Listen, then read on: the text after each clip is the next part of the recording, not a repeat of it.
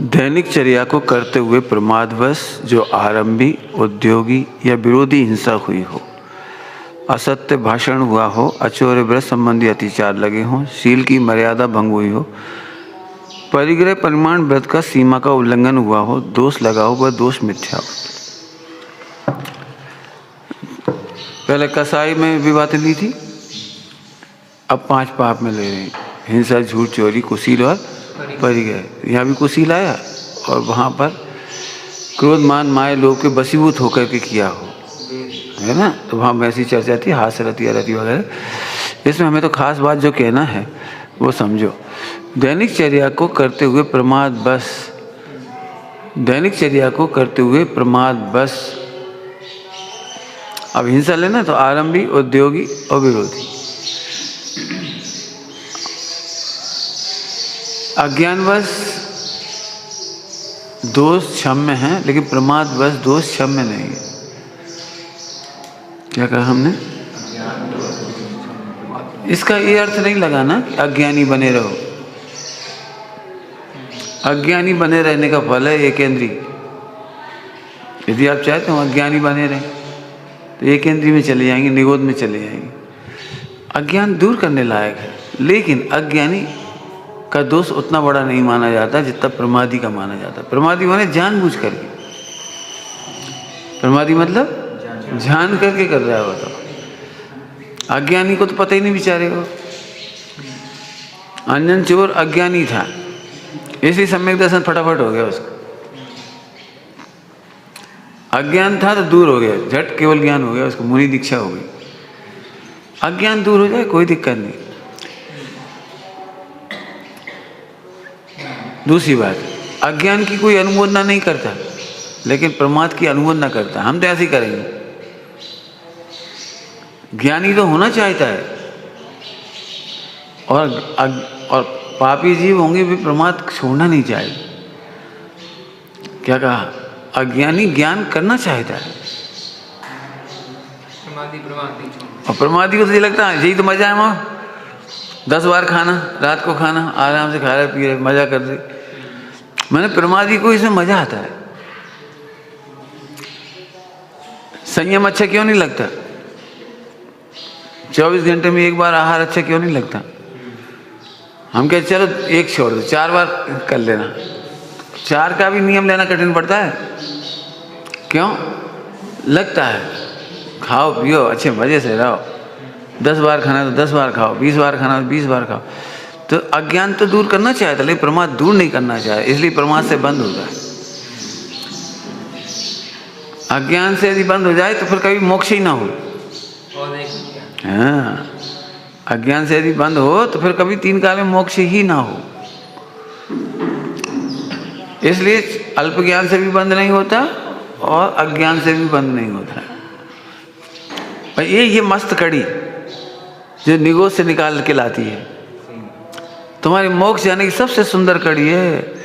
अज्ञान हो तो डरो मत, उससे भी बंद नहीं होगा, और अल्प ज्ञान है उससे भी बंद नहीं हो रहा। जितना आपको ज्ञान है उससे भी हाँ बंद हो रहा है प्रमाद से। प्रमाद घटाना है यदि आपको, तो आपको 5 अणुव्रत लेने ही पड़ेंगे और कोई रास्ता नहीं। प्रमाद घटाने के लिए 5 अणुव्रत लेने पड़ेंगे। कारण क्या है? आप अंधाधुंध परिग्रह जोड़ोगे तो हिंसा तो होगी। आप 1 मकान की जरूरत है, 10 मकान बनाओगे तो हिंसा होगी, और क्या करोगे? चलो 1 मकान बनाने की हिंसा नहीं, फिर 10 मकान झाड़ने भी पड़ेंगे आपको, और 10 मकान झाड़ोगे वो तो ठीक ही है। किराए पे दोगे तो किराए वालों से लड़ोगे, खाली नहीं कर रहे, मुकदमा करो, फला करो, ये करो, पैसा आया कि नहीं आया बैंक में। चलो 10 किराएदार बढ़िया पैसा दे दें तो कहाँ इन्वेस्ट करेंगे, प्रॉब्लम हो जाएगी, आप सुखी तो नहीं रह पाओगे। इसीलिए परिग्रह परिमाण बहुत बढ़िया, बहुत सारी चर्चा है, अच्छी। अनुमति त्याग बहुत अच्छी है, अनुमति त्याग, आराम त्याग। प्रमाद आपको जब भी घटाना होगा तो अनुवृत्ति होना ही पड़ेगा। अनलिमिटेड व्यापार करके कोई भी प्रमाद रहित नहीं आपने देखा जल्दी जल्दी में गलती होती। घर में शुद्ध भोजन करना है आपको, घर में शुद्ध भोजन, तो एक दाल बना लो, एक सब्जी बना लो, एक चटनी रोटी, बस बात अब शुद्ध बन जाएगी। और जहाँ तुमने 10 तरह की सब्जी, 10 तरह की, समझ गए क्या क्या बना रहे, थोड़ा हलवा भी कर लो, थोड़ा वो भी कर लो, देख लेना आपके मुहिराजों के चौके में अंतराय आएगा, पक्की गारंटी अंतराय आएगा। क्यों? अधिक काम करने पर प्रमाद होता ही है। बुंदेलखंड की भाषा में कहो तो लपर झपर।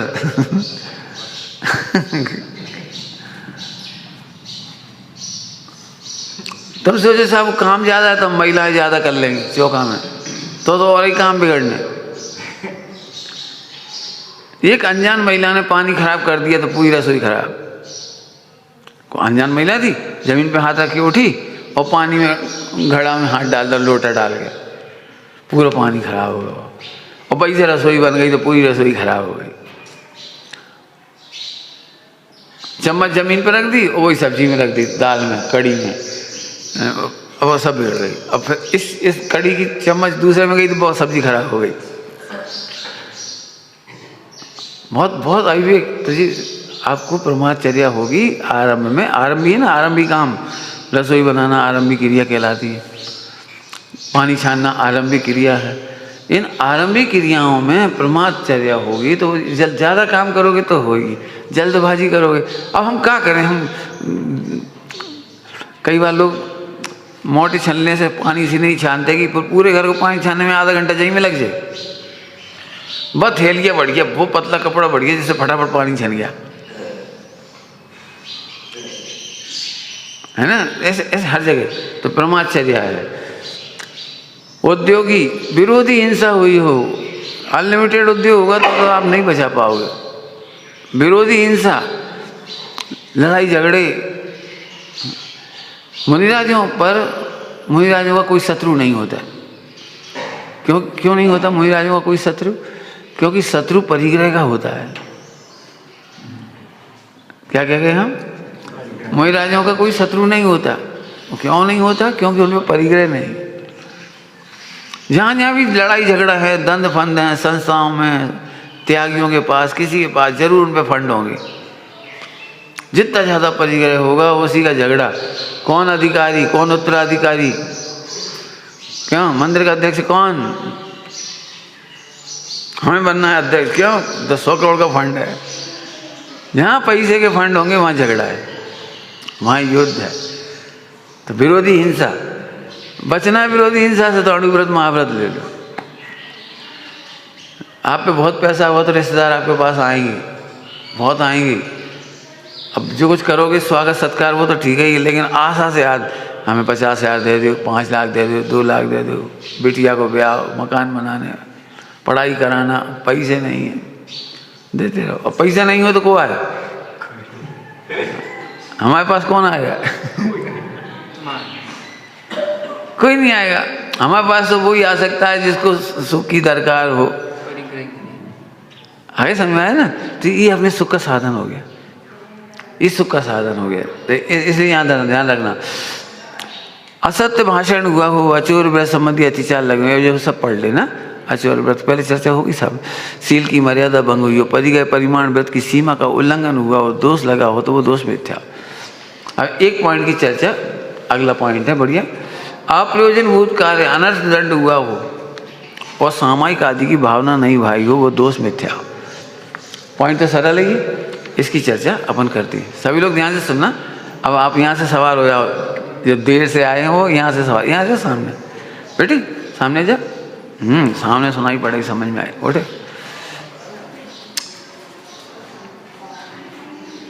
आप उठ के इधर जाते, थोड़े पास आ जाएंगे। हाँ इस तरफ आ जाओ, आगे आ जाओ, बाकी सब आगे आ जाओ, सब लोग आगे जाओ बेटे। 2 चर्चा चलनी है इसमें। अनर्थ दंड करने वाला सामायिक नहीं कर पाता और सामायिक वाला अनर्थ दंड से बचता है।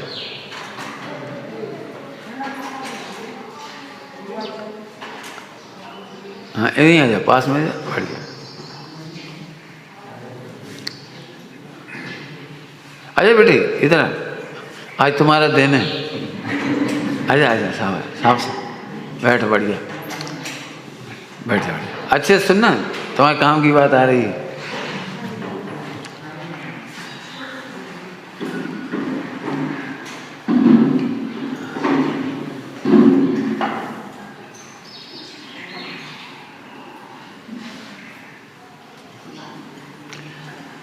अनर्थ दंड करने वाला सामायिक नहीं करता और सामायिक करने वाला अनर्थ दंड नहीं करता। अनर्थ दंड का मतलब समझ लो पहले, दंड का मतलब पहले समझ लो। दंड मतलब इंद्रियां, इसको दंड कहते हैं। 5 इंद्रियों को दंड कहते हैं। मन दंड, वचन दंड, काय दंड, नियम सारजी में। क्यों? क्योंकि आत्मा ने अपने को परमात्मा नहीं देखा, भगवान नहीं देखा, ज्ञायक नहीं देखा, इसलिए उसे दंड स्वरूप प्रदान की गई। समझ गए क्या कह रहे हैं? जब कर्मों ने इसे दंड दिया तो मन दिया, वचन दिए और काया दी, इसलिए आचार्यों ने इसको दंड कहा। दंड समझ गए? शरीर क्यों मिला तुम्हें? क्योंकि तुम भगवान नहीं बनी।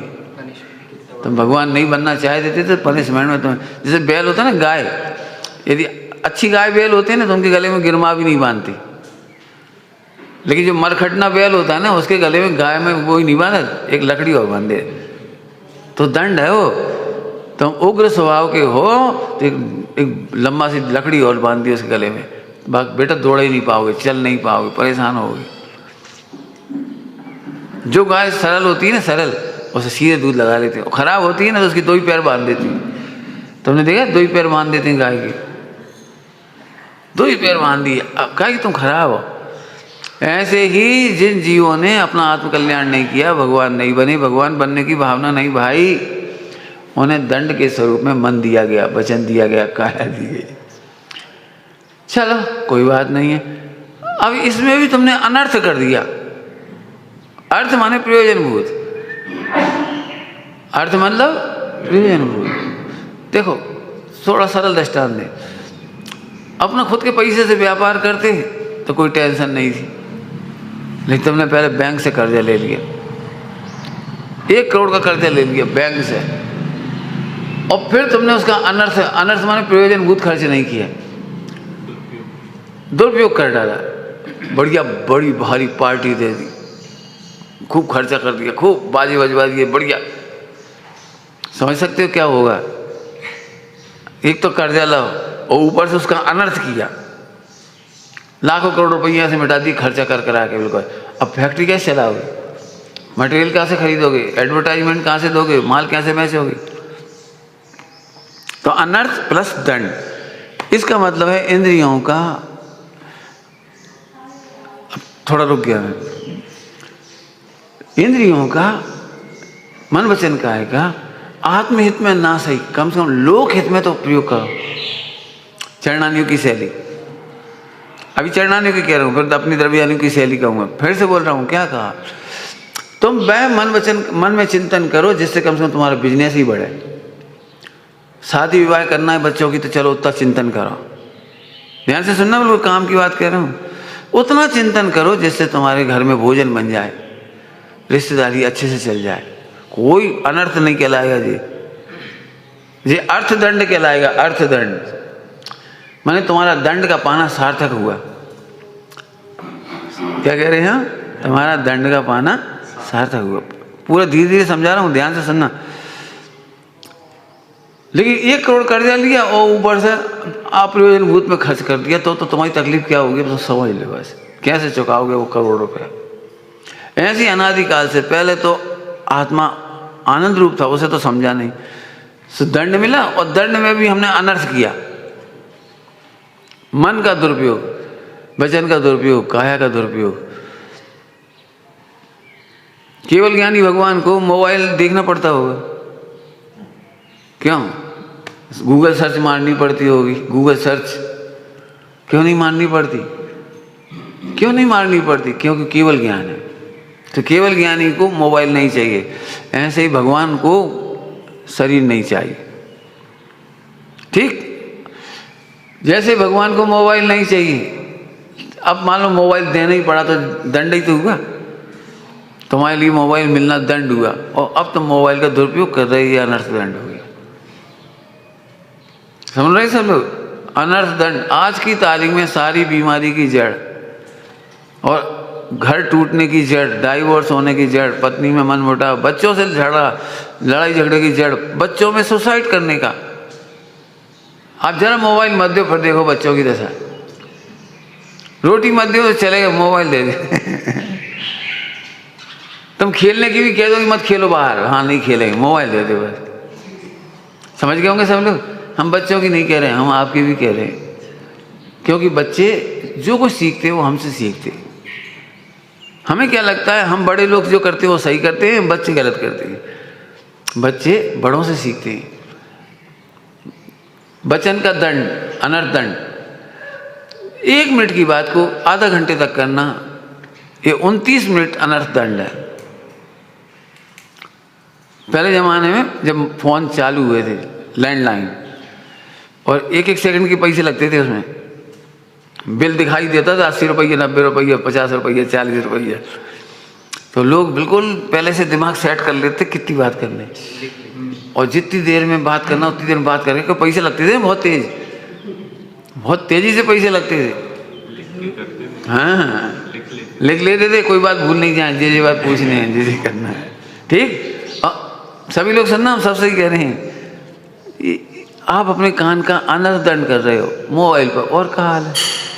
अब जब बात पूरी हो गई फिर भी पूछ रहे, अब कुछ कह नहीं रहे सामने वाले, और कछु सुनाओ, और कछु तुम्हारे मोहल्ला में, तुम्हारे मंदिर में, तुम्हारी रिश्तेदारी में, अच्छा पापड़ वापड़ बन गए, हे भगवान।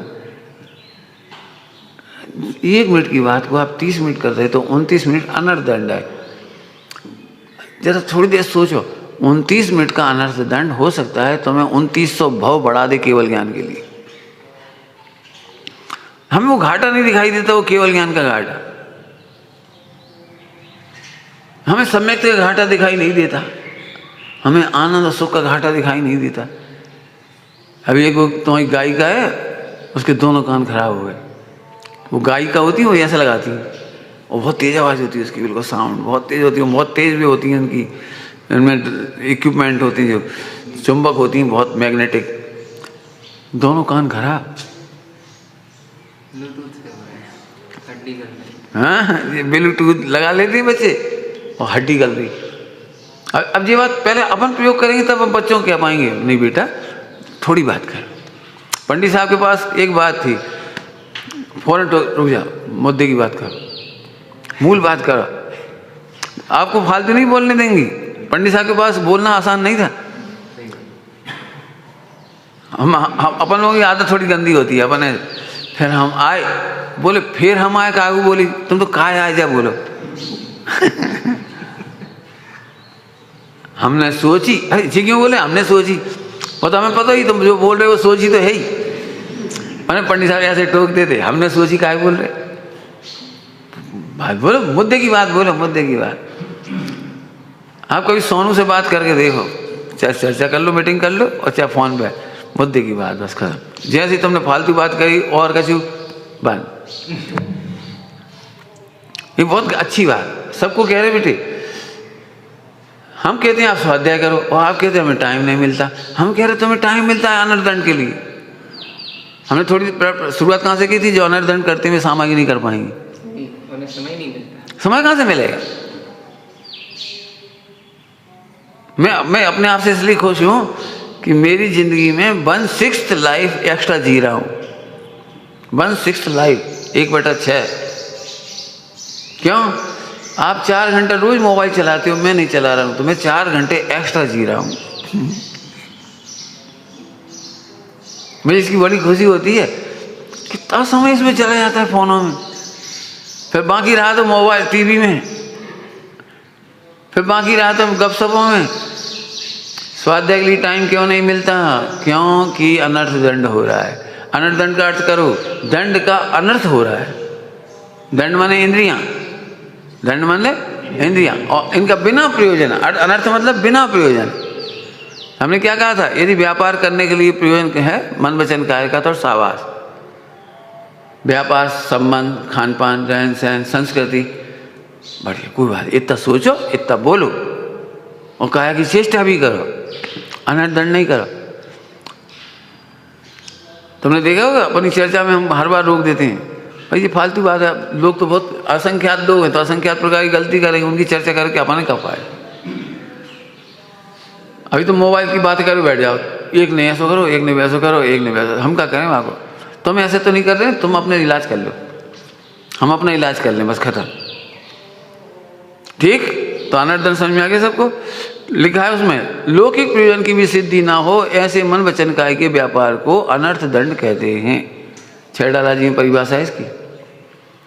अब ये चरणानियों की शैली है, वहाँ चरणानियों की शैली, इसका मतलब है ऐसी लोग आपने देखा जिनको कुछ काम धंधा नहीं है, पेंशन आ रही है, आराम से बैठे, अब भी जो बातें कर रहे भी क्या कर रहे, व्यापार की तो नहीं कर रहे, व्यापार तो बड़ा ही नहीं है, तो दूसरों की बुराइयाँ, दूसरों की लड़ाई झगड़ा, दूसरों की फालतू बातें, और नहीं तो मोबाइल, नहीं तो टीवी, नहीं तो अखबार, नहीं तो हीरो हीरोइन, नहीं तो राजनीति, नहीं तो जी अनर्थ दंड है।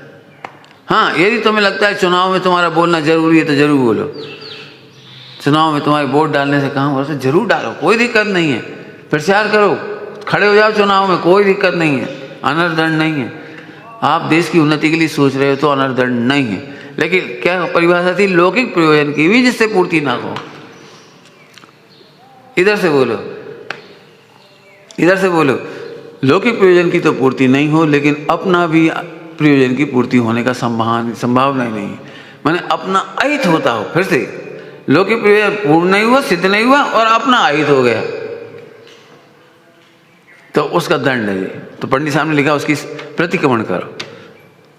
एक अभी हमने पंडित साहब का नया पाठ आया, तो आपकी ललितपुर के शिविर में ही आए थे जी, उसी की फोटो कापी लेके पढ़ा रहे, बहुत सुंदर पाठ लिखा है पंडित साहब ने, तो एक प्रतिक्रमण करने लायक है। ठीक है, अब दूसरी बात, अनर्थ दंड का दूसरा अर्थ ध्यान से सुनना, आत्मा की सिद्धि अभेद ज्ञान से होती है, ध्रुव के अनुभव से होती है, अतीन्द्रिय आनंद से होती है, अतीन्द्रिय ज्ञान का उससे होती है, प्रयोजन तो सिद्ध वहां से होता है।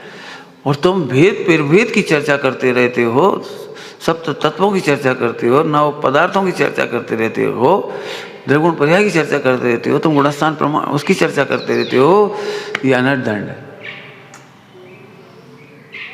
ये अप्रयोजन भूत होने से दंड है आपको। आपको मन वचन काय मिले तो इसलिए नहीं मिले, मोक्षु इसलिए नहीं बन गई, समय सारा ही पढ़त रहो, मोक्षु इसलिए नहीं बने कि 7 तत्व 9 पदार्थों की चर्चा करते हो। चर्चा ध्यान रखना, चर्चा पहली स्टेप है। यदि हमसे तुम कहो ना पढ़ना और चर्चा करना, तो हम कहेंगे आप नर्सरी में हो, बीए में कब आओगे, बीए में कब आओगे, समझ में आ रहा है क्या कह रहा हूँ। 7 तत्व की चर्चा अच्छी बात है, हम मना नहीं कर रहे, लेकिन नर्सरी की बात है। क्यों, तुम इतने साल के हो गए तो क्या करते हो आजकल, पंडित जी हम पहाड़े रट रहे, 2 एकम 2 2 दूनी 4, काय रट रहे, वो तो इस बच्चे के लिए। अरे साहब अबे हमारे 2-4 घंटा स्वाध्याय करे नहीं, बिना हमें चैन नहीं पड़त।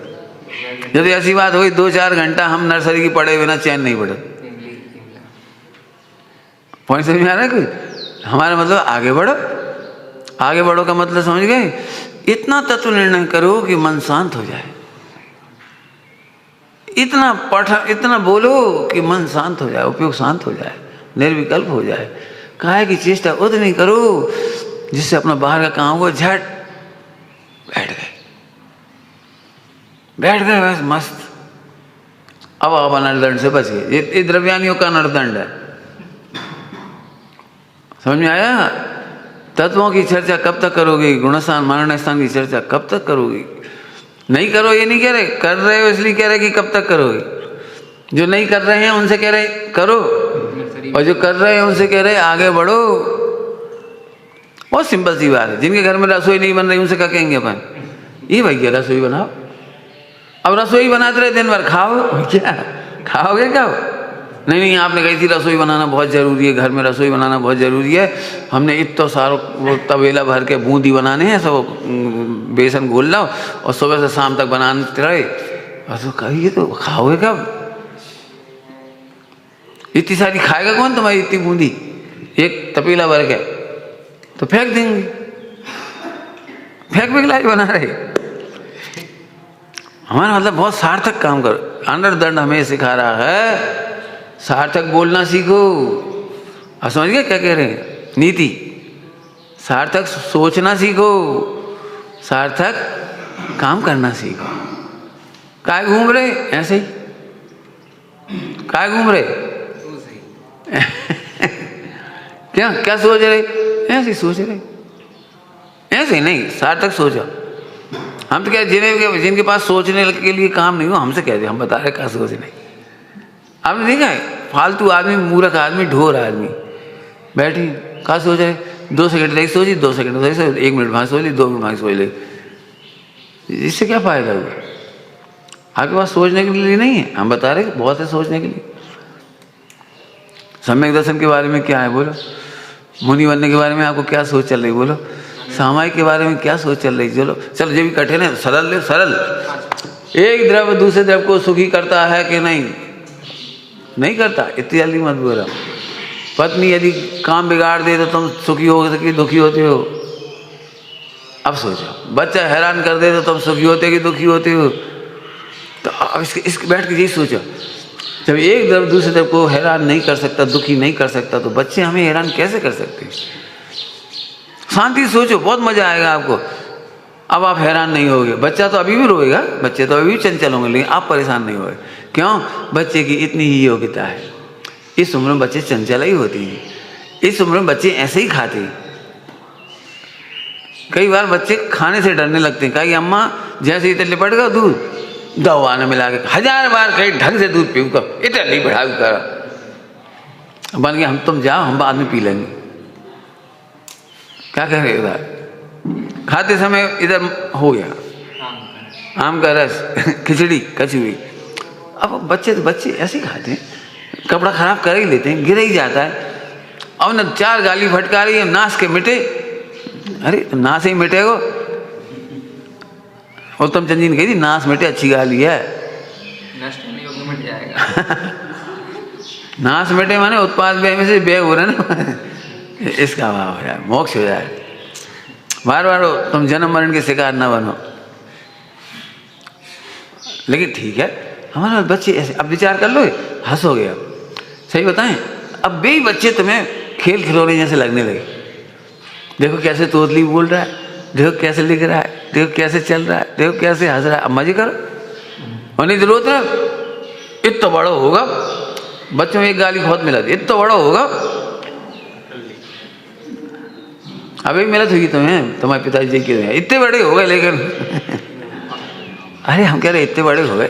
बच्चे ऐसे ही होती, पत्नी ऐसी ही होती। पहले ही सोच लो, हमने एक लेख लिखा है पूरा, शादी करने से पहले पढ़ लो, सीख लो अच्छी तरह से, बाद में शिकायत मत करियो। पत्नी ऐसी ही होती है। सास लोग शिकायत करती हैं हमारी बहू खराब है, तो हम क्या सम्यक दृष्टि तो है नहीं, और सास भी है नहीं आदि का। अच्छी होती तो शादी क्या करती? भी अच्छी होती तो शादी क्या करती? तो फिर 5 अणुरत पालती। फिर तो पहले ही मान के चलो कि इतनी कमी लेके आ रही है। हम क्या समझते हैं बिल्कुल वो आ रही है बिल्कुल एक्सपर्ट, कंप्यूटर जैसी, AI क्या होता है वो कंप्यूटराइज वाला थी ना, तो ऐसे नहीं आ रहे, ऐसे ही आए। ऐसे समझो। अब तो मैं खुश हो गए। बच्ची ने गलती करी, कांच फोड़ दो। बहू ने 20-25 साल की बहू ने कांच फोड़ दो, गिलास फोड़ दो। हंसन लगी, सास हंसन लगी। बोले क्या है मम्मी तुम हंस रही? बेटा जब उम्र में ऐसे ही हो। अब बहू को बुरा नहीं लगेगा, बल्कि अब छिपाएगी नहीं। मम्मी हमें ऐसे खावे की इच्छा हो रही। हाँ बेटा इस उम्र में ऐसे होता ही। अब माँ ने डांट दी, तुम्हें बड़ी खावे पीवे की चटर पटर पड़ी रेत, ऐसा लगा जैसे PR में कछु खाओ ही नहीं। अब्बा ने कसम खा ली कि आज के बाद छिप के खाएंगे और बिल्कुल मालूम नहीं पड़ने देंगे और पूरे सबूत मिटा देंगे खावे की।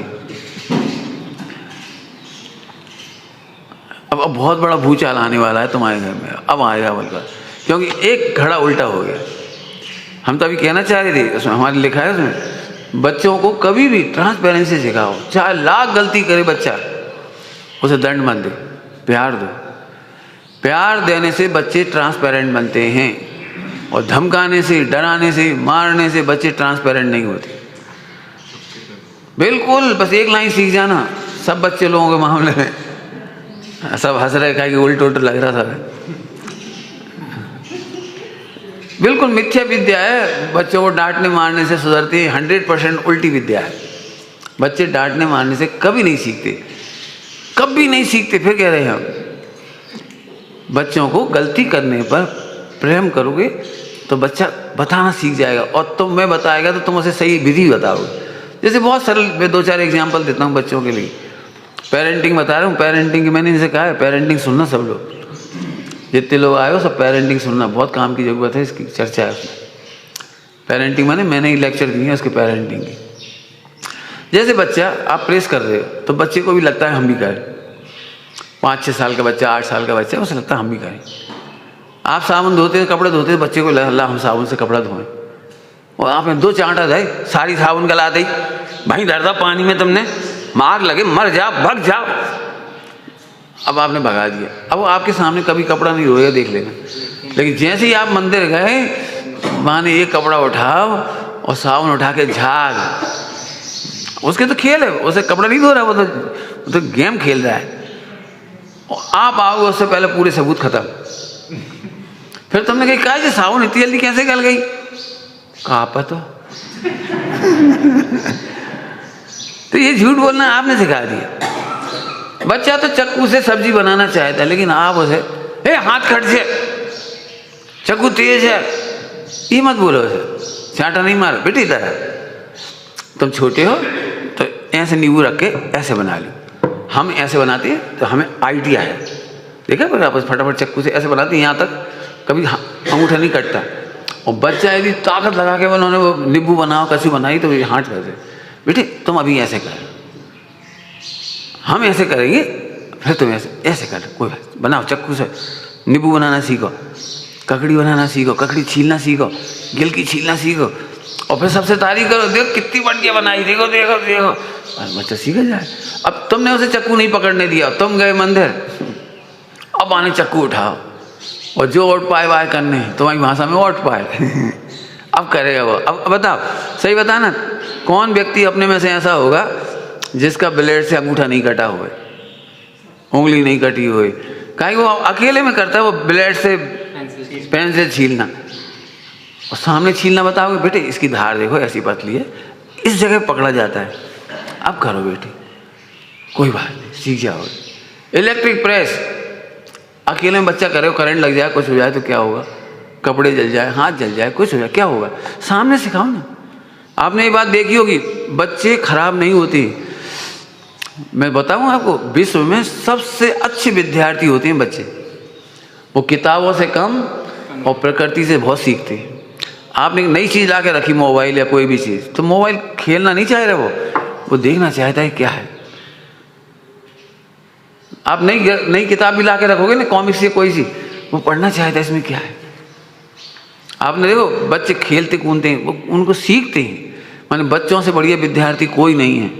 और मैं कहता हूँ इतने अच्छे अच्छे अनुसंधान हुए हैं, लोग अक्षरों से नहीं सीख पाए, और प्रकृति के दी बेस्ट विद्यार्थी और डॉक्टर बन गए, इंजीनियर बन गए, प्रकृति से, प्रकृति को देखने से। इसकी चर्चा मैं अभी नहीं कर रहा हूँ, आप बाद में कभी पूछोगे तो बता भी दूंगा आपको। प्रकृति में से डॉक्टर, प्रकृति में से इंजीनियर, आपको कल्पना नहीं, कभी भी देखे होंगे आपने, जानवर का इलाज करते हैं। हाँ, सच्ची घटना है, बिजली के तार होते हैं, इलेक्ट्रिक रेलवे लाइन, और उस पर करंट लग के इतना सा बच्चा गिर पड़ा ऊपर से, हाँ बंदर गिर गया, तो बंदरिया फौरन आई, उसे पानी में पटक पटक के उसने ऐसे ऐसे करके और उसके चेस्ट को दबा के, और 5 मिनट में सही करके दोनों भाग गए। हमें लग रहा था मर गया ये, हमें लग रहा था मारा जी भाई को, और उसे करंट लगा, गिरा, और उसने बेहोश था बिल्कुल, उसने होश में लाए, 5-10 मिनट के अंदर पंपिंग करी और ले गई। अब बताओ जी कौन ने सिखाया उसे? इसलिए फिर कह रहे बच्चों का पालन, बच्चों का पालन करने के लिए हम 2 बातें बता रहे, स्वयं अनर्थ दंड से बचो, सार्थक बोलो, सार्थक सोचो, सार्थक काम करो। बस बच्चों को अलग से सिखाने की ज़रूरत नहीं पड़ी। क्यों? मैंने पहले कहा बच्चों से बढ़िया विद्यार्थी दुनिया में कोई होता ही नहीं। उसमें तो इतनी बढ़िया बात लिखी, 2 दिन का बच्चा भी क्यों ना हो, वो भी विद्यार्थी है, सीखता है। 2 तरह की चीज़ें होती हैं, विद्यालय और शिक्षालय। क्या कहा मैंने? शिक्षालय है पूरा जगत, और विद्यालय वहाँ होती है जहाँ विद्या पढ़ना सिखाई जाती है। विद्या छोटी चीज़ है, शिक्षा बड़ी चीज़ है। मैंने एक दिन कहा था विद्या के लिए अक्षरदान कहते हैं, अक्षरदान करना कहते हैं, और शिक्षा ये तो क्या कहूँ आपको, बोलूँ आपको 11 अंग 9 पूर्व का विद्या पढ़ने पर भी सम्यक दर्शन नहीं हुआ। और जिसको आपकी भाषा में कहें यू टर्न, अचानक यू टर्न, जैसे अंजन चोर अचानक यू टर्न आया, वो कहाँ हो गया? अब बताओ भैया विद्या और शिक्षा में कितना अंतर है। शिव भूति मुनिराज कितने ग्रंथ पढ़े थे, कितने शिविर अटेंड किए थे, बोलो? शिव भूति मुनिराज बिल्कुल आपकी भाषा में क्या थे बताओ? यदि कोई व्यक्ति हो और डमकर मन तक नहीं जाना तो अपन क्या कहेंगे भाई? और मालूम पड़ी भाई अंतर्मूर्त में केवल ज्ञान ले लो। समझ गए? बनारसी दासी लिखा है, और तुम्हारे मंदिर में लिखा था, पता नहीं लिखा कि मिटा दिया तुमने पॉलिश मॉलिश कर आके। वो स्वाध्याय बनबानपुर में पंडित साहब के ठीक सामने वो दीवार के ऊपर लिखा था, जहाँ तहाँ जिनवाणी फैली। बनारसी दासी का जहाँ तहाँ जिनवाणी फैली। हमने पंडित साहब से पूछा, मैंने पंडित साहब जी क्या लिखा, जहाँ तहाँ जिनवाणी फैली? फैली थोड़ी है, विराजमान है। और जहाँ तहाँ फैली ये तो अनादर की भाषा है। पंडित जी बोले नहीं, जहाँ तहाँ जिनवाणी फैली माने प्रकृति। शास्त्र पढ़कर पंडित साहब ने कहा, शास्त्र पढ़कर एक को भी सम्यक दर्शन नहीं हुआ। पंडित साहब का एक को भी बैराग नहीं हुआ। क्यों? ध्यान से सुनना। आदिनाथ भगवान द्वादशांग के ज्ञाता थे।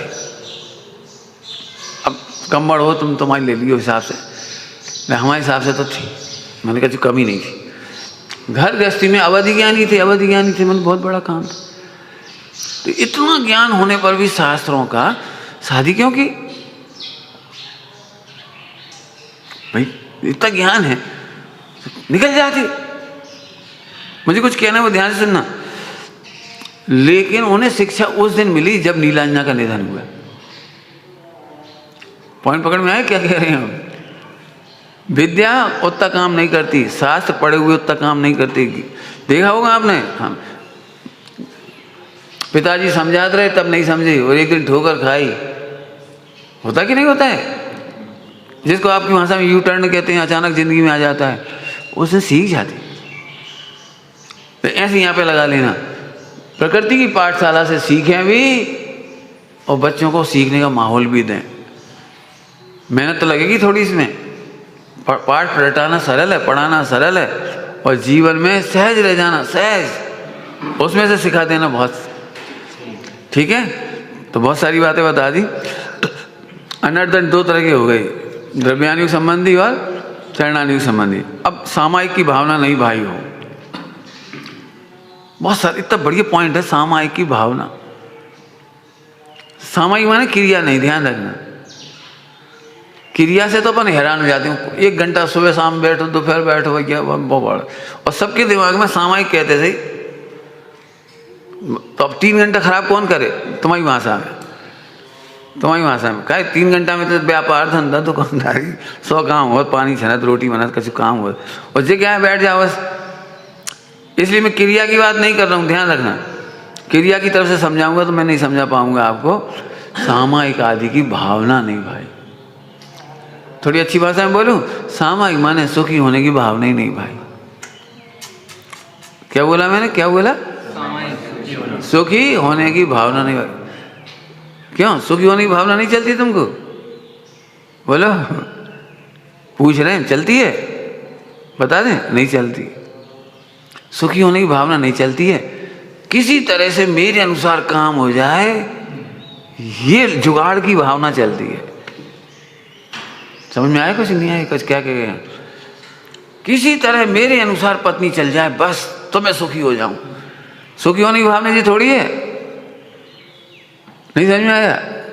तुम्हें सुखी होना है, यहाँ होना है तो तम्बाकू छोड़ दो। पंडित जी तम्बाकू ही तो नहीं छोड़ने, नहीं है तो फिर सुखी होने की भावना कहाँ है? बन जाओ मुनि, हम क्या दिक्कत है? वही तो मत कहो पंडित जी, हम नहीं कह रहे मुनि बनो। सुखी होने की एक्चुअली भावना ही नहीं है ना, मैं सुखी होना दुखी है। पॉइंट पकड़ में आ रहा है? कुछ समझ गए होगे? बहुत अच्छा पॉइंट है। सुखी होने की भावना हो तो हम तुमसे कहे बेटा तम्बाकू मत खा, हाँ बस अब अच्छे हो जाओ, क्या दिक्कत है? बेटे मोबाइल मत चलाया करो, फालतू फालतू मत चलाओ, हम नहीं कह रहे चलाओ, काम की बात करो, बेकाम की तो मत करो। रेल गाड़ी में इतना अनर्दंड होता है। एक जमाना था रेल गाड़ी में बैठे बैठे ही लोग राजनीति की, धर्म की कछु तो चर्चा करती थी। अब तो पति अपने मोबाइल में उलझो, पत्नी अपने मोबाइल में उलझी, और उनको पप्पू अपने मोबाइल में उलझो। मैंने अब तो अरे रेलगाड़ी में बैठी तो पति पत्नी कितने प्लान बना सके, भविष्य की, भूतकाल की, प्रायश्चित हो सके, तो आलोचना हो सके, तुम ऐसे नहीं किया करो, मम्मी ऐसी करती, पापा ऐसे करती, कछु तो बात करो, कछु नहीं, बात ही नहीं। रेलगाड़ी में देखो सब भूत जैसे बैठे शांति से। हमसे पूछो कितनी बातें कर रहे हैं आप, हमारे संग रह के देखो हम कितनी बातें कर, पूछो इन लोगों से। हमारे कमरे में कोई हो बिना बातों में नहीं रहती, इतनी बातें हो हमारी, इतनी बातें धरी हमारे सार्थक करती, फालतू नहीं। अरे सब समस्याओं और दुखों से ग्रस्त हैं, दुखों से ग्रस्त है, दुख ही दूर तो करेंगे और क्या करेंगे बता। उसे यही तो करे, हमें लिखो, हम क्या लिखें, हमें लिखो, लिखते से देखो फायदा हुआ कि नहीं हुआ। पहले लिखते नहीं बन रहा था एक लाइन, फिर 6 पेज लिख दिए, 5-6 पेज लिख दिए। सिखाएंगे सब, तो बिल्कुल अच्छी तरह से समझो। मुझे तो उन लोगों पे दया आती है जो ऐसे दुखद दृश्य दिखाई देते हैं। हमारे भोपाल, बम्बई दृश्य सब जगह जाती हैं तो चौराहे पर पिताजी अपने 4 साल 6 साल के बच्चे को छोड़ने के लिए आए, तो वो स्कूटर बैठो वैसे भूत सो, मैं ऐसे खड़े चड्डा पहने, उनको मतलब ही नहीं करी। अरे इतना प्यारा बच्चा है, गले में हाथ डालो, बातचीत करो, और बेटा मन कुछ बोलो तो अब ऐसी बुरी हालत। तो सुखी होना है, अनर्दन छोड़, सुखी होना है, हाँ पंडित जी तो संयुक्त परिवार में रहो। ओ तुमने तो मार डालो। अरे हम कह रहे अकेला रहने वाला जिंदगी में सुखी नहीं हो सकता, गारंटी है हमारी। जॉइंट फैमिली में बहुत समस्याएं हो तो बातें भी बहुत, चर्चा वार्ता भी बहुत, समाधान भी निकला। बच्चा बाप से नहीं डरा तो चाचा से डरा, ताऊ से डर, कोऊ से तो डर। घर में 50 मेंबर होंगे, मॉडी स्कूल पढ़वे भी जाएगी तो क्या करेगी बता, ये भैया चाचा हमारे, ताऊ ये पता लग गई तो अब पापा से ही, तो अब क्या करे बता। सुखी रहे का भी दिए, संयुक्त रहो। एकल बिहारी, मुनियों को भी मना लिखा है, एकल बिहारी नहीं होना। क्यों नहीं रहना, संग में रहो। संग में रहने से क्या फायदा होता है, कल तुम बीमार होते हो तो कोई सेवा करने वाला होता है, समाधि होती तो समाधि करा देता है कोई, तुम्हें कोई सुख दुख है तो 10 लोग साथ दे देते हैं, उसमें देते हैं साथ। हाँ आजकल कोई साथ नहीं देते, हम कह रहे कोई साथ इसलिए नहीं देता है क्योंकि तुम भी साथ नहीं देते, तुम भी तो साथ दो,